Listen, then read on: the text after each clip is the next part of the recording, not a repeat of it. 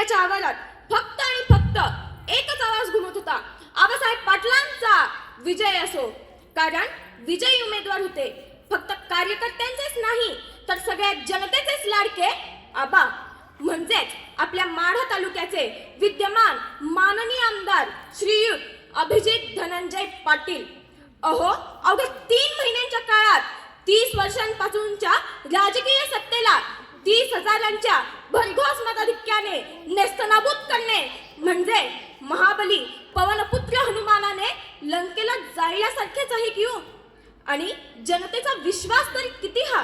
मी म्हणते, का बरं नसावा इतका विश्वास? केवळ पंढरपूरच नाही तर उभ्या महाराष्ट्राचा दैवत असणाऱ्या श्री विठ्ठल रुक्मिणींच्या मूर्ती परकीय आक्रमणांपासून संरक्षण करण्यासाठी देगावला ज्यांच्या विहिरीत आणि वाड्याच्या तळघरात ठेवलेल्या त्याच सूर्याजी पाटलांचे ते वंशज आहेत. धर्मरक्षण, प्रामाणिकपणा, कर्तव्यनिष्ठा, संयम आणि समाजसेवा यांचं बाळकडूच त्यांना मिळालेलं आहे. पंढरपूर मधल्या देगाव सारख्या छोट्याशा गावात 1 ऑगस्ट 1983 रोजी आबांचा जन्म झाला. त्यांचे वडील कैलासवासी धनंजय पाटील हे पेशाने वकील होते. आर्थिक परिस्थिती सर्वसाधारणच असली तरी संस्कारांची श्रीमंती मात्र वडिलांकडून भरभरून मिळाली.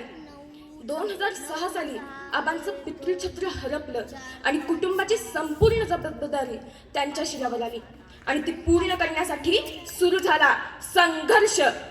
कदाचित त्याच वेळेस आबांनी ठरवलं असावं, संघर्ष कर, अभी बहुत दूर जाना है. जिन्होंने कहा तेरे बस का नहीं, अभी उन्हें भी करके दिखाना है. आबांनी कधीच कष्टाची लाज बाळगली नाही. अपार मेहनत आणि सचोटीच्या जोरावर त्यांनी निवडलेल्या प्रत्येक क्षेत्रात उत्तुंग भरारी घेतली. ट्रॅक्टरमधून ऊस वाहतूक करण्यापासून सुरुवात करून ट्रॅक्टर विक्रीचाही व्यवसाय त्यांनी उभारला. वाळू ठेकेदारी, गुऱ्हाळ यासारख्या उद्योगांमध्येही यश प्राप्त केलं. बदलत्या जगाचा खरेदी फंडा ओळखून पंढरपूरमधल्या जनतेला मॉल संस्कृतीची ओळख करून दिली. तसंच मल्टीप्लेक्स सुरू करून लोकांच्या मनोरंजनाची आवड सुद्धा जपली. एका पाठोपाठ एक यशाची शिखर पादाक्रांत करत असतानाच आबांनी घेतला अख्ख्या महाराष्ट्राचं सहकार क्षेत्र हादरवून टाकणारा निर्णय. त्यांनी चालवायला घेतला 600 कोटी रुपयांचं कर्ज असलेला, बँकेने जप्त केलेला, शेतकऱ्यांची ऊस बिलं बुडवलेला, कामगारांचे पगार थकवलेला, मरणासन्न अवस्थेतील विठ्ठल सहकारी कारखाना. आणि काय आश्चर्य, ज्याप्रमाणे परिसाचा स्पर्श झालेल्या प्रत्येक गोष्टीचं सोनच होतं, तसंच आबांचा परिस्पर्श झाल्यावर दुसऱ्याच वर्षी विठ्ठल सहकारी कारखान्याने सोलापूर जिल्ह्यात उच्चांकी दर जाहीर केला. आणि याच वेळी देश पातळीवरच्या माननीय शरद पवार, माननीय देवेंद्र फडणवीस, माननीय जयंत पाटील यासारख्या दिग्गज नेत्यांची नजर आबांवर पडली. कोणतीही राजकीय पार्श्वभूमी नसताना आबांनी राजकारणात उतरून विधानसभेच्या पहिल्याच निवडणुकीत बाजी मारली आणि पुन्हा एकदा सिद्ध केलं, काट्यांवर चालून जो वरती आला त्याच्यात श्री यशाचा मुकुट शोभला. रस्ता असो कितीही अडथळ्यांचा, जिद्दीच्या बळावर त्याने तो जिंकला.